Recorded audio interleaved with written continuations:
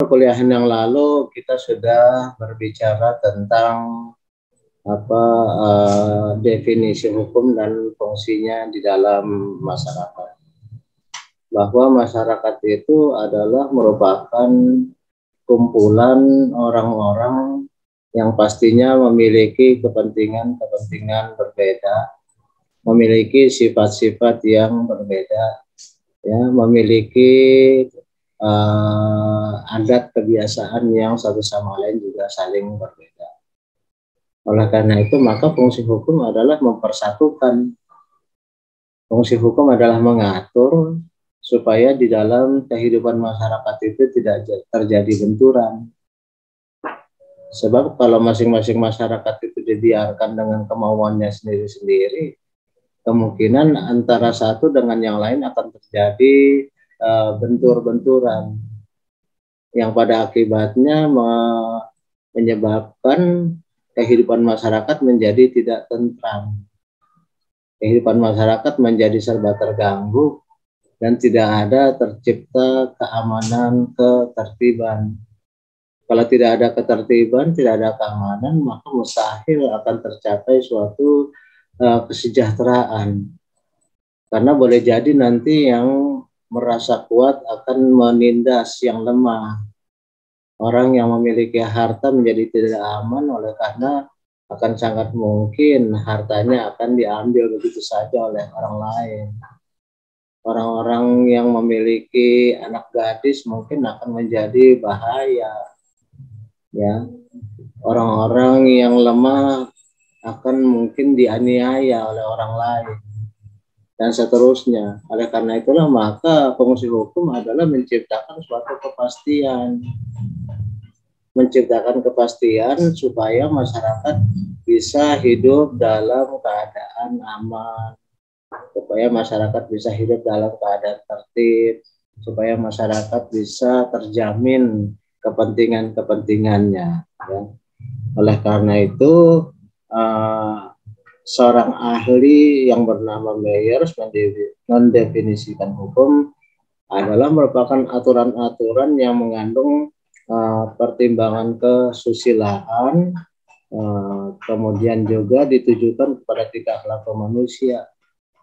Minggu yang lalu juga sudah kita bahas pada masyarakat itu terdapat nilai-nilai atau norma-norma, yaitu norma susila, norma sopan santun, norma agama, norma hukum, yang semuanya itu harus dipatuhi oleh masyarakat karena tujuannya adalah menciptakan ketentraman, ketertiban, keteraturan, kepastian di dalam masyarakat.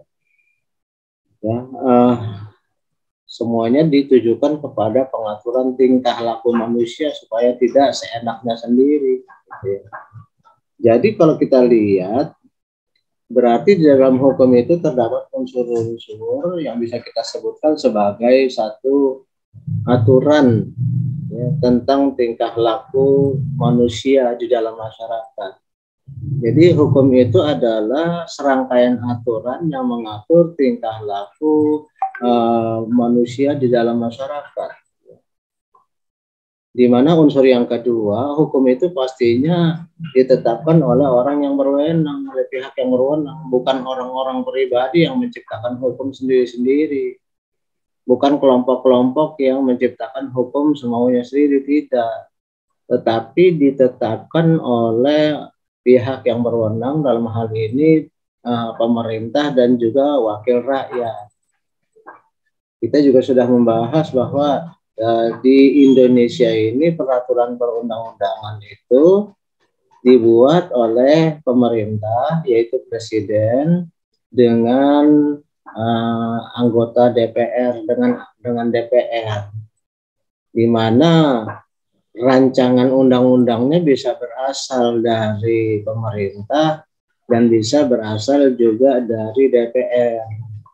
Kemudian kedua belah pihak itu akan bekerja sama untuk membahas, merundingkan isi yang menjadi substansi dari rancangan undang-undang tersebut. Inilah yang kemudian akan berlangsung cukup lama. Karena dalam pembahasannya melibatkan kedua belah pihak juga melibatkan berbagai pihak lain. Misalnya akan diundang para pakar dari akademisi, ya. Akan diundang juga para praktisi, akan diundang juga pihak-pihak lain yang dianggap terkait dengan isi dari rancangan undang-undang tersebut. Nah, pembahasan ini akan makan waktu yang panjang, malah kadang-kadang bisa sampai tahunan. Ada rancangan undang-undang yang umurnya itu bisa bertahun-tahun, nggak selesai-selesai dibahas karena begitu alot pembahasannya. Ya, memang hal inilah yang menyebabkan suatu hukum itu seringkali terlambat dibandingkan dengan perkembangan zaman. Ya. Jadi hukum itu pastinya harus dibuat oleh pihak yang berwenang. Tidak boleh oleh seorang yang merasa jadi jawara kemudian bikin hukumnya sendiri. Tidak boleh ada kelompok yang merasa mayoritas kemudian bikin hukumnya sendiri. Ya, contohnya kan mayoritas kita di sini adalah beragama Islam. Kan nyatanya tidak boleh di sini kemudian orang-orang Islam menetapkan hukum syariat sendiri, tidak bisa. Tetap harus melalui jalur yang sudah disepakati, melalui peraturan yang sudah disepakati. Kalau berdasarkan mayoritas di sini Indonesia ini selain agama juga mayoritas suku adalah orang Jawa. Tidak boleh orang Jawa karena banyak, karena mayoritas lalu kemudian bikin hukum sesuai hukum kemauan orang Jawa. Tidak boleh. Semuanya harus sesuai dengan prosedur. Berarti hukum yang berlaku di dalam masyarakat Indonesia itu harus yang dibuat oleh pihak yang berwenang. Dalam hal ini ya sesuai dengan peraturan untuk perundang-undangan itu dibuat oleh Presiden dan bekerja sama dengan DPR. Ya. Presiden dan DPR kerjasama membahas, lalu ujungnya nanti rancangan undang-undang tadi disebutkan disetujui oleh Dewan Perwakilan Rakyat. Nah, naskah yang sudah disetujui itu kemudian akan ditandatangani atau disahkan oleh Presiden. Jadi meskipun DPR sudah setuju, pengesahannya ada di tangan Presiden. Presiden juga sebaliknya tidak bisa melakukan pengesahan kalau belum disetujui oleh DPR. Maka kedua belah pihak itu bekerja sama. Nah, setelah undang-undang disetujui oleh DPR, disahkan oleh Presiden, undang-undang itu harus dimasukkan ke dalam lembaran negara atau Staatsblad.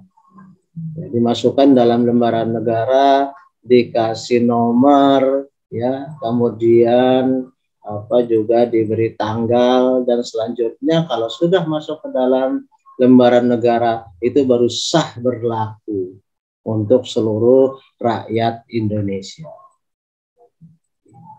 Oke, jadi rangkaiannya seperti itu, jangan sampai kita salah paham. Jadi harus Anda pahami bahwa seorang presiden itu tidak boleh membuat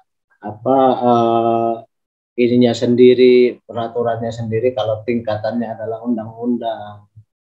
Ada presiden kewenangan untuk membuat undang-undang, tapi di level bawah dari undang-undang. Bisa berbentuk peraturan presiden, bisa berbentuk keputusan presiden, bisa berbentuk instruksi presiden, itu boleh presiden sendiri.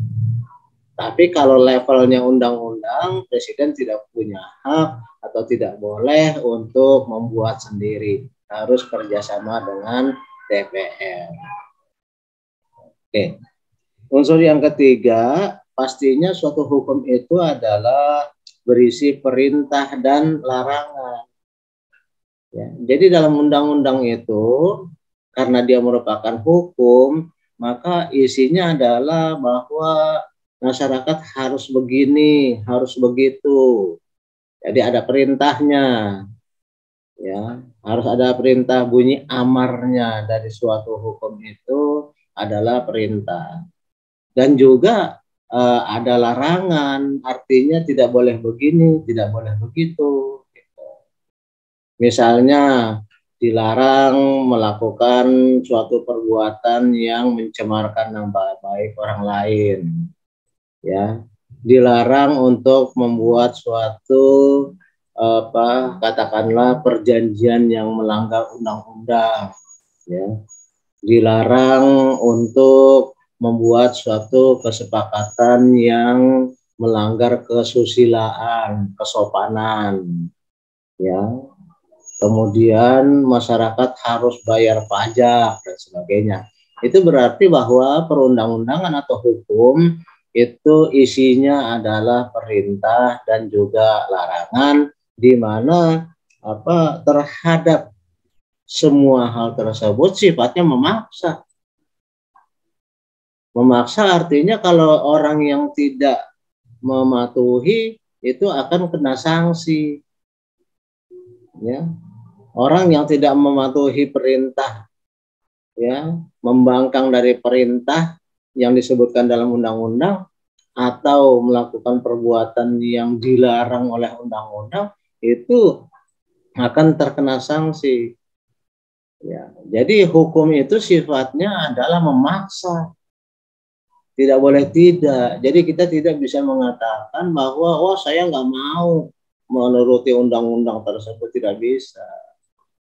Ya, misalnya dalam pemilihan presiden kita memilih seseorang, lalu kemudian pilihan kita itu tidak menang, yang menang adalah orang lain.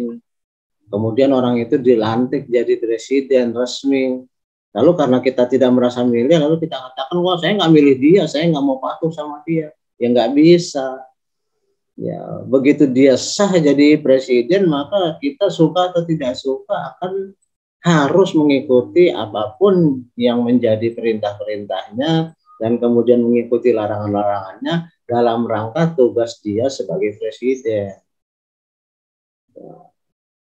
Kan tahun 2019 kemarin kita tahu bahwa presiden itu dipilih antara Pak Jokowi dan Pak Prabowo.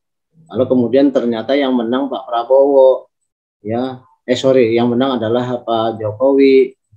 Lalu kemudian karena kita milihnya Prabowo, kita katakan, saya kan milihnya Prabowo, bukan Jokowi. Jadi walaupun Jokowi yang sudah menang, saya nggak mau ikut. Saya maunya turutin Pak Prabowo. Ya nggak boleh.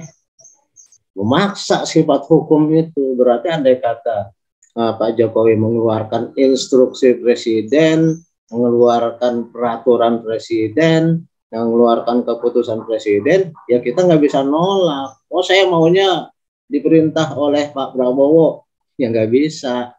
Ntar kalau Pak Prabowo ikut lagi pilpres dan menang, gitu. Jadi sifat hukum adalah memaksa. Ya, dia memerintah dan melarang, sifatnya memaksa, di mana atas pelanggaran terhadap perintah maupun larangan itu akan ada sanksi hukumnya.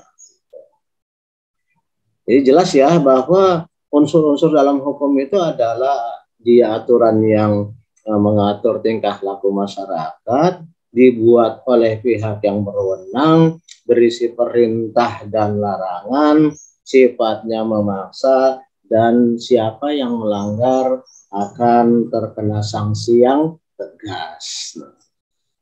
Oke, kemudian setiap hukum itu pastinya kan memiliki sumber.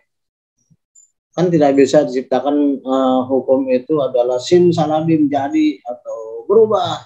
Tidak bisa. Kita bukan hidup di dunia hayal, bukan di dunia animasi. Kita hidup di dunia di dunia yang real. Jadi semuanya tetap harus ada proses, sehingga ketika terjadi suatu pembuatan hukum, ya pasti harus diketahui sumber-sumbernya dari mana hukum itu, sehingga dia bisa membuat mengikat masyarakat. Oke, sumber-sumber hukum yang pertama adalah peraturan perundang-undangan. Jadi kita tahu bahwa di Indonesia ini peraturan perundang-undangan itu bertingkat-tingkat. Ya. Yang pertama paling tinggi adalah Undang-Undang Dasar 1945, itu di puncak. Dia merupakan leges fundamentalis atau hukum dasar. Ya. Undang-Undang Dasar 45 adalah leges fundamentalis atau hukum dasar. Kemudian nanti apa yang menjadi isi dari Undang-Undang Dasar itu akan diturunkan, akan di breakdown menjadi undang-undang. Ya, jadi level kedua tingkatan dari undang-undang atau peraturan hukum di Indonesia adalah undang-undang. Undang-undang yang saya sebutkan tadi itu adalah hasil karya kerjasama antara DPR dengan pemerintah sebagaimana diperintahkan oleh Undang-Undang Dasar 45. Ya. Tidak boleh presiden bikin sendiri, tidak boleh DPR bikin sendiri. Lalu di samping undang-undang, dalam keadaan hal ihwal kegentingan atau keadaan yang mendesak, presiden boleh mengeluarkan peraturan pemerintah pengganti undang-undang atau perpu. Ya. Perpu itu adalah peraturan pemerintah pengganti undang-undang, levelnya sama tuh dengan undang-undang. Tapi boleh dibuat oleh presiden sendiri hanya dalam kondisi kegentingan yang memaksa. Dalam kondisi yang sangat mendesak, presiden boleh mengeluarkan perpu yang levelnya setingkat undang-undang. Cuma ketika kondisinya udah mereda, maka perpu itu harus diajukan ke DPR untuk disetujui. Kalau disetujui, maka perpu itu berubah menjadi undang-undang. Kalau tidak disetujui, maka perpu itu harus dihapus. Ya. Tidak boleh lagi digunakan. Karena perpu itu levelnya sama dengan undang-undang, dia harus disetujui oleh DPR dalam masa persidangan berikutnya. Seandainya kemudian dalam masa persidangan, oh ternyata DPR nggak setuju, maka perpu itu harus dicabut. Tidak boleh berlaku lagi. Dan itu pun, saya ulangi, hanya boleh dilakukan oleh presiden dalam hal ihwal kegentingan yang memaksa. Jadi harus dalam kondisi darurat. Suatu hal sangat penting nih harus diatur dan aturannya harus selevel undang-undang. Nah, tapi mengingat undang-undang itu prosesnya lama, maka bolehlah ada jalan keluar, yaitu dibuat peraturan pemerintah pengganti undang-undang. Oke. Hukum yang berikut di bawahnya adalah ya penjabaran dari undang-undang maupun peraturan pemerintah pengganti undang-undang itu. Bisa dia berupa peraturan presiden. Kalau peraturan presiden ya tentunya nggak perlu minta persetujuan DPR, cukup ngasih tahu DPR. Tapi tidak wajib, tidak perlu untuk meminta persetujuan dari DPR. Di bawahnya lagi, di bawah peraturan presiden mungkin ada yang macam-macam yang sifatnya administratif seperti instruksi presiden, ada keputusan presiden, nanti di bawahnya lagi ada keputusan menteri dan seterusnya. Ya, jadi harus Anda ingat bahwa peraturan peraturan hukum di Indonesia itu berjenjang-jenjang, berlapis-lapis, bertingkat-tingkat, yang dalam bahasa Belandanya disebut sebagai Geven van Hadrach, ya, atau sebagai pertanggaan pertingkatan hukum, Stufen Bouwdesrecht, ya. Oke, kemudian sumber hukum yang kedua selain peraturan perundang-undangan adalah kebiasaan. kebiasaan yang berlaku dalam masyarakat seperti pada masyarakat adat, ya, itu juga menjadi sumber hukum, ya.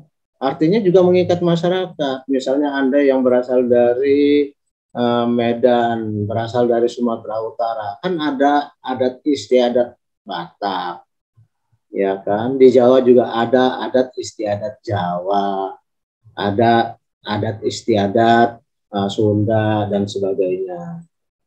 Juga ada adat istiadat yang berdasarkan keagamaan. Nah, itu semua juga kan mengikat masyarakat. Ya, semuanya katakanlah memiliki sanksi, ya, tetapi sanksinya kalau kebiasaan ini adalah tergantung dari bagaimana adat masing-masing. Akan berbeda peraturannya menurut adat Jawa dengan adat Padang, dengan adat Batak, dengan adat Makassar dan sebagainya. Gitu.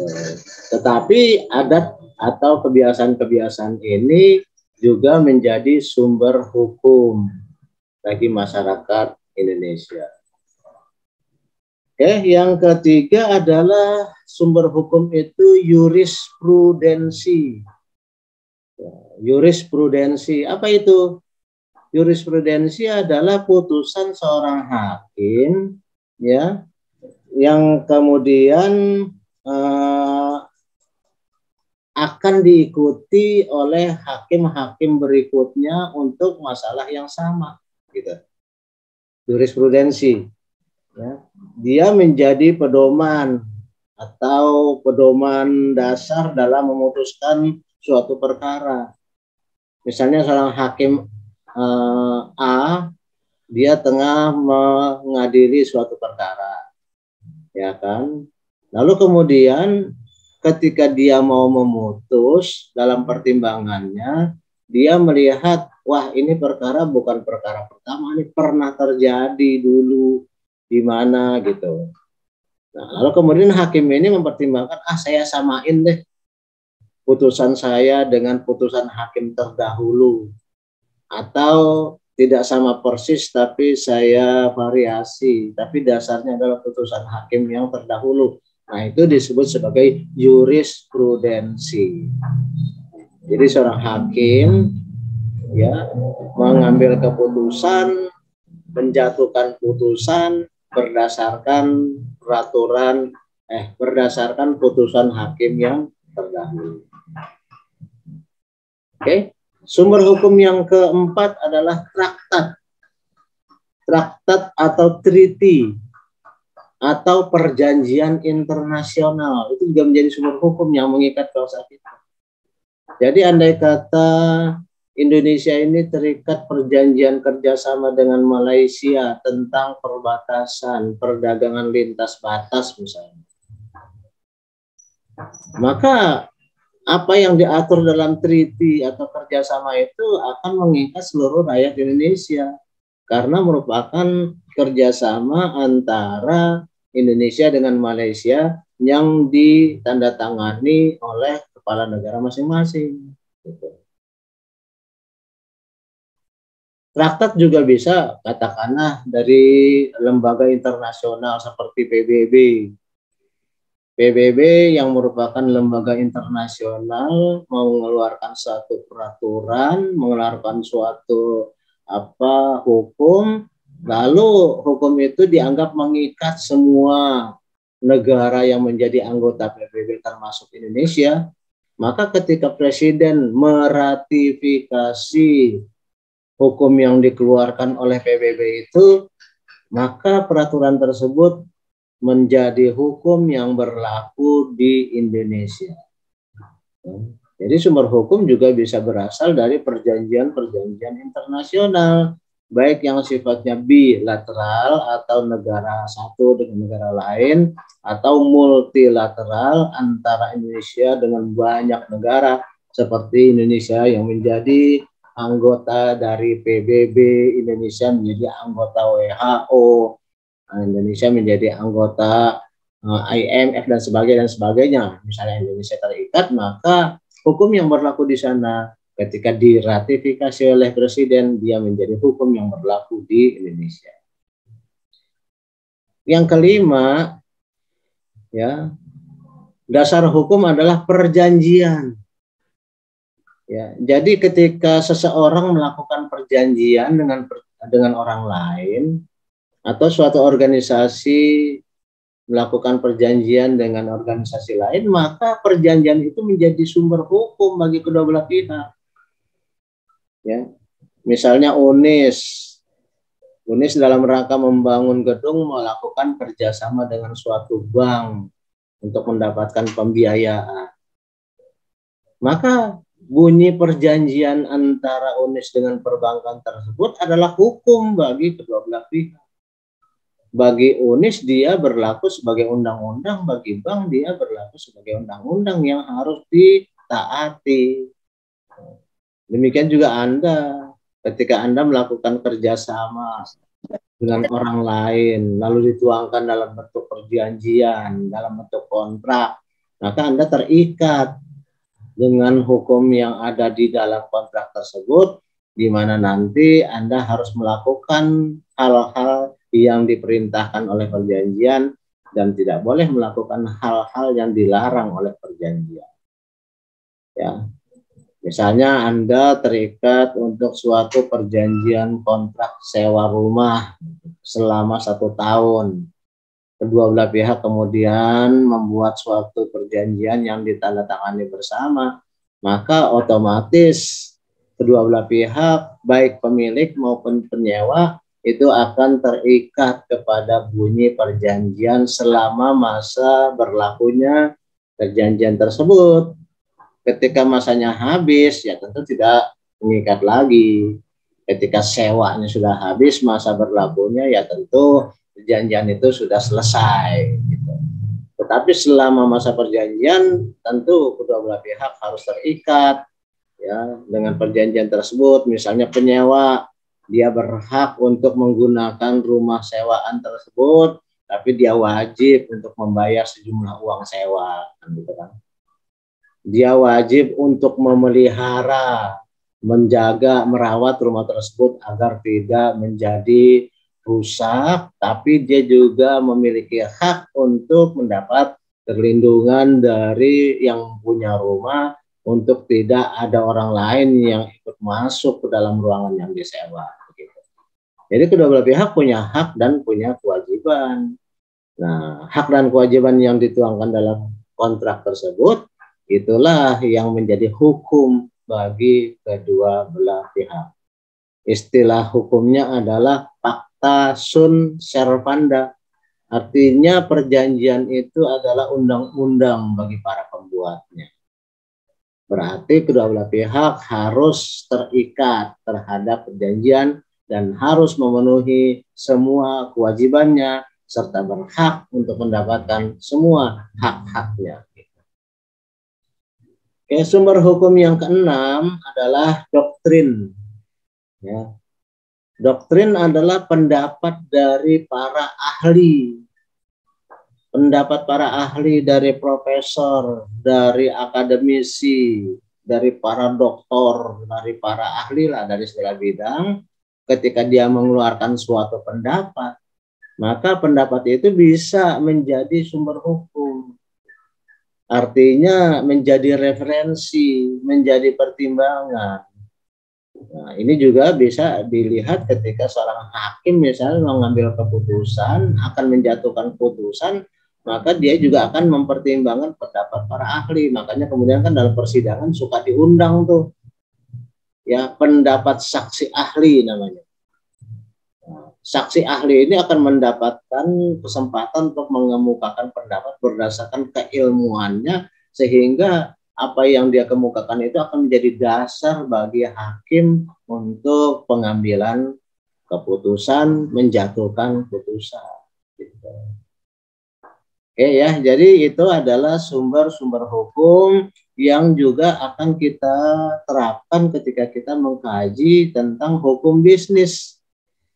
Berarti kita dalam menjalankan bisnis juga terikat dengan peraturan-peraturan hukum baik peraturan-peraturan hukum itu yang ada di dalam peraturan perundang-undangan, ada dalam kebiasaan-kebiasaan, ada dalam jurisprudensi, ada dalam traktat perjanjian internasional, kemudian juga bisa merupakan suatu perjanjian antara kita dengan orang lain, atau juga bisa merupakan suatu doktrin.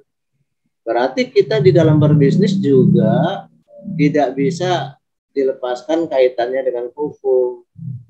Seperti yang sudah saya sebutkan minggu lalu, bahwa ketika bisnis tidak dilandasi oleh hukum, maka akan sangat mungkin ada kemungkinan orang-orang yang melakukan perbuatan merugikan orang lain.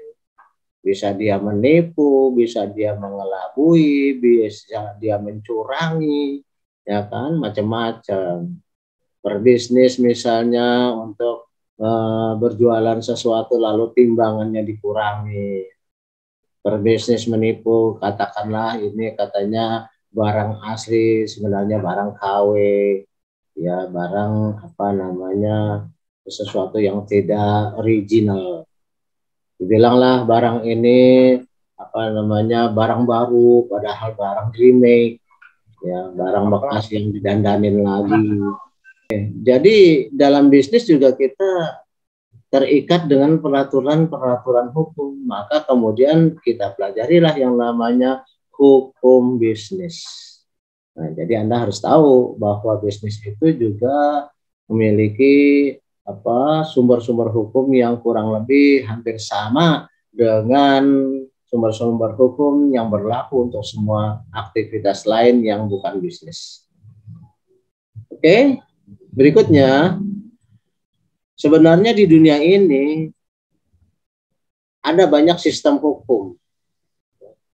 Ada sistem yang disebut sebagai hukum civil law. Ya. Ada hukum Anglo-Saxon. Ada hukum agama. Ada hukum adat. Ya. Ada hukum komunis. Nah, hukum-hukum ini tentunya akan mengikat bagi masyarakat-masyarakat yang bersangkutan. Ya, kita harus tahu jenis-jenis hukum ini. Ya, hukum yang memiliki sistem hukum yang memiliki penganut terbanyak adalah civil law dan common law. Civil law itu biasanya dianut oleh negara-negara seperti Belanda, ya. Kemudian juga oleh negara Prancis, termasuk Indonesia juga hukumnya adalah coraknya sistemnya adalah civil law. Kemudian Anglo-Saxon, ya, atau common law itu dianut oleh Amerika, ya, Inggris. Terus kemudian ada hukum agama yang dianut oleh katakanlah negara-negara Timur Tengah, yang menjadikan agama Islam sebagai hukum negara, seperti Arab Saudi, ya, seperti Mesir, Qatar, dan sebagainya. Itu adalah hukum-hukum yang berdasarkan ajaran agama. Atau seperti katakanlah seperti negara Vatikan, itu dasar hukumnya adalah hukum Kristen, ya kan, hukum agama Kristen. Gitu. Nah, yang paling banyak penganutnya adalah hukum common law dan civil law. Kita lihat perbedaannya. Ya, pertama, common law, ya, common law itu yang dianut oleh Amerika, civil law yang dianut oleh Belanda, termasuk Indonesia. Kalau common law itu didominasi oleh hukum tidak tertulis atau hukum kebiasaan melalui putusan hakim. Makanya kalau Anda pernah nonton film peradilan di Amerika, ya, itu selalu ada juri. Jadi yang memeriksa suatu perkara itu adalah juri. Sementara hakim hanya menjatuhkan vonis gitu. Ya kan? Di Indonesia kan nggak ada juri. Di Indonesia itu langsung hakim yang memeriksa dan memutus. Karena kita menganut civil law. Kita hukumnya adalah warisan Belanda karena kita dijajah oleh Belanda selama sekian lama. Sementara Belanda sendiri pernah dijajah oleh Perancis. Sehingga hukum Perancis jadi hukum Belanda, hukum Belanda jadi hukum Indonesia. Di Indonesia tidak ada dalam peradilan itu ada juri. Ya, juri adalah sekelompok orang yang ditunjuk dari masyarakat. Mereka akan memeriksa suatu perkara, ya benar atau enggaknya bagaimana diperiksa, lalu kemudian nanti apa yang menjadi hasil kesimpulan diskusi dari para juri itu nanti hakim yang akan mengetok palu. Tapi yang meriksa sekali lagi bukan hakim tapi juri. Kalau di Indonesia atau di dalam sistem civil law, ya hukum sivil, maka hakimlah yang melakukan pemeriksaan sampai kepada pengambilan putusan. Oke. Kemudian juga kita lihat bahwa ya di dalam common law itu hukum terikat pada putusan hakim sebelumnya, maka fungsi dari jurisprudensi di negara common law itu sangat ketat. Artinya seorang hakim tidak bisa mengambil putusan sendiri tanpa melihat putusan hakim sebelumnya untuk perkara yang sama. Misalnya kan suatu kejahatan, pencurian kan banyak banget, macam-macamnya modus-modusnya. Nah, berarti ketika seorang hakim dalam sistem hukum common law ini, ketika dia mau menjatuhkan vonis, dia harus melihat, merefer kepada putusan hakim-hakim sebelumnya. Karena jurisprudensi di dalam sistem common law itu sangat ketat penggunaannya. Ada istilah yang disebut sebagai asas the binding of precedent. Artinya putusan terdahulu itu sangat mengikat, binding, mengikat seorang hakim untuk menjatuhkan putusan dengan melihat putusan-putusan yang sudah ada. Sementara kalau dalam civil law seperti Indonesia, jurisprudensi itu tidak mengikat. Jadi seorang hakim bebas memutuskan suatu perkara meskipun untuk perkara yang sama, ya dia hanya menjadikan putusan yang terdahulu itu hanya sebagai referensi aja, pertimbangan aja, bacaan aja. Tapi putusan sepenuhnya tergantung dia sendiri, nggak perlu sama dengan yang udah. Kalau di dalam common law, ya kurang lebih harus sama karena harus mengikat kepada putusan hakim sebelumnya. Ya. Kemudian perbedaan yang berikutnya, ya di dalam common law itu ada yang disebut sebagai adversary system, yaitu pandangan bahwa di dalam pemeriksaan peradilan selalu ada dua pihak yang saling bertentangan, baik perkara perdata atau pidana. Jadi pandangan mereka dalam common law itu ketika dalam peradilan memutus suatu perkara, ada pihak yang selalu bertentangan. Sehingga berarti nanti kalau ada yang menang, berarti ada yang kalah. Sementara kalau dalam civil law, hanya dalam perkara perdata hal tersebut adanya. Dalam pidana itu tidak ada soal perkara menang atau kalah. Tidak ada pertentangan karena sepenuhnya tergantung pada hakim. Gitu ya. Sementara kalau dalam common law, dalam pidana pun akan ada sifat yang bertentangan satu sama lain. Jadi dalam memutus perkara seolah-olah ada pihak-pihak yang saling bertentangan. Sementara kalau pidana menurut hukum civil law termasuk di Indonesia, itu hukum itu adalah sepenuhnya merupakan putusan dari hakim, karena hakim dalam perkara pidana itu mewakili negara, bukan mewakili pertentangan antara si A dengan si B dalam satu perkara. Oke. Di dalam common law seperti saya sebutkan tadi bahwa kebanyakan hanya berdasarkan kebiasaan dan kemudian juga berdasarkan jurisprudensi putusan dari hakim terdahulu, maka otomatis fungsi dari undang-undang atau peraturan atau regulasi itu sifatnya hanya pelengkap, tidak menjadi fungsi dasar karena hanya melengkapi, ya, karena semuanya itu adalah berdasarkan kebiasaan-kebiasaan saja. Oleh karena itu hukum positif yang berlaku itu sebagai pelengkap saja. Sebaliknya, kalau di Indonesia dan hukum sivil umumnya, maka kitab undang-undang itu ya adalah suatu hal yang memiliki core of the law, jadi inti dari suatu undang-undang, sehingga prinsip-prinsipnya harus dijalani secara sistematik, ya, dan harus dipatuhi, bukan hanya sebagai pertimbangan saja. Karena apa? Karena di Indonesia kan seperti saya sebutkan tidak ada sistem juri, ya, semuanya tergantung pada putusan hakim. Oke, terakhir, hukum di Indonesia itu ya memiliki periodisasi dalam pelaksanaannya selama ini. Ya, artinya hukum Indonesia itu mengalami pergantian-pergantian di dalam sejarah, ya, berlakunya.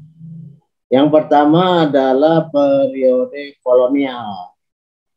Ya, artinya Indonesia itu dulu hukumnya adalah hukum para penjajah, hukum negara penjajah, itu hukum Belanda. Maka yang berlaku di Indonesia adalah hukum kolonial. Ya. Di mana hukum kolonial yang diterapkan oleh Belanda itu sebenarnya untuk melindungi kepentingan mereka,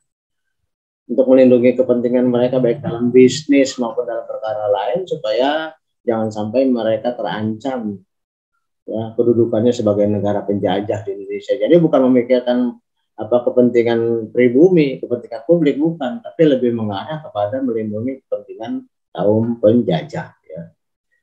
Kemudian di akhir-akhir masa penjajahan sebelum terjadinya kemerdekaan itu ada era politik dalam hukum, ya, era politik etis. Ya. Ini di masa pendudukan Jepang. Di masa penjajahan Jepang yang berlangsung selama kurang lebih 3,5 tahun, itu ya ada sebagian hukum dari Belanda yang masih dijalankan, tapi ada yang sudah diganti dengan hukum Jepang. Ya. Dan Jepang juga menerapkan politik etika, misalnya ketika itu ada bangsa Indonesia yang mulai disekolahkan. Ya, mulailah mereka mengikuti organisasi, mulai menjalani pelatihan militer. Zaman Belanda nggak ada tuh. Zaman Jepang baru mulai itu. Banyak orang yang sekolah, ya, tapi juga hanya sekelompok kecil, lapisan tertentu saja. Banyak yang ikut organisasi, banyak yang ikut pelatihan militer. Tapi jangan salah, Jepang juga sama dengan Belanda. Menjalankan peraturan hukum itu bukan untuk kepentingan pribumi, untuk kepentingan mereka. Karena Jepang pada waktu itu sedang terlibat dalam perang dunia. Sehingga ketika mereka menjajah bangsa Indonesia dan melakukan proses pendidikan militer dan sebagainya, tujuannya adalah untuk membela mereka di dalam perang dunia, bukan untuk kepentingan pribumi. Cuma memang ada hikmahnya, yaitu ketika Indonesia merdeka, maka pelatihan-pelatihan tersebut bisa menjadi dasar bagi orang-orang Indonesia yang sempat mengalami pendidikan, baik pendidikan militer maupun pendidikan sekolah, sehingga mereka akhirnya juga bisa menjadi para pemimpin Indonesia, gitu ya. Karena mereka mendapatkan kesempatan. Mulai banyak orang yang ngerti. Tapi boleh dikatakan 99% itu bangsa Indonesia masih buta huruf, tetap masih dalam keadaan bodoh. Ya, masih dalam keadaan tidak bisa membaca dan menulis. Ya. Baru kemudian setelah Indonesia merdeka itu hukum sepenuhnya dijalankan oleh Indonesia, kecuali untuk hukum-hukum yang dianggap masih berlaku sebagaimana diatur dalam peraturan peralihan Undang-Undang Dasar 45, ya. Peraturan yang masih berjalan dan belum dilakukan perubahan menurut hukum nasional, yaitu hukum Belanda, maka tetap berjalan, tetap berlaku. Bahkan ada yang sampai saat ini masih berlaku meskipun Indonesia sudah 77 tahun merdeka. Seperti kitab Undang-Undang Hukum Pidana itu masih buku dari penjajahan Belanda zaman dulu yang dibuat pada tahun 1830-an. Yang naskah aslinya adalah Wetboek van Strafrecht voor Nederlands India. Ya, itu adalah kitab Undang-Undang Hukum Pidana Belanda yang diterapkan di Indonesia. Kemudian setelah Indonesia di masa Jepang, setelah Indonesia di masa kemerdekaan belum diganti. Baru sekarang ini nih lagi sibuk bikin pengganti kitab Undang-Undang Hukum Pidana Indonesia untuk menggantikan kitab Undang-Undang Pidana Peninggalan Belanda. Begitu juga hukum perdata. Indonesia ini masih berlaku hukum perdata peninggalan Belanda, yaitu Burgerlijk Wetboek yang merupakan hukum perdatanya zaman Belanda sampai sekarang masih dipakai, belum diganti. Meskipun substansinya ada yang sudah dituangkan dalam undang-undang yang sifatnya terpisah-pisah. Begitu juga dengan hukum dagang, masih diberlakukan hukum berdasarkan kitab Undang-Undang Hukum Dagang Peninggalan Belanda, yaitu Wetboek van Koophandel, masih dipakai hukum Belanda. Nah, walaupun undang-undang perdagangan juga sudah ada, tapi tidak selengkap Wetboek van Koophandel, hanya sebagian saja, dan itu untuk bagian yang lain masih berlaku. Oke, kemudian di dalam era demokrasi juga ada masa Orde Baru, ada masa pasca Orde Baru sampai sekarang.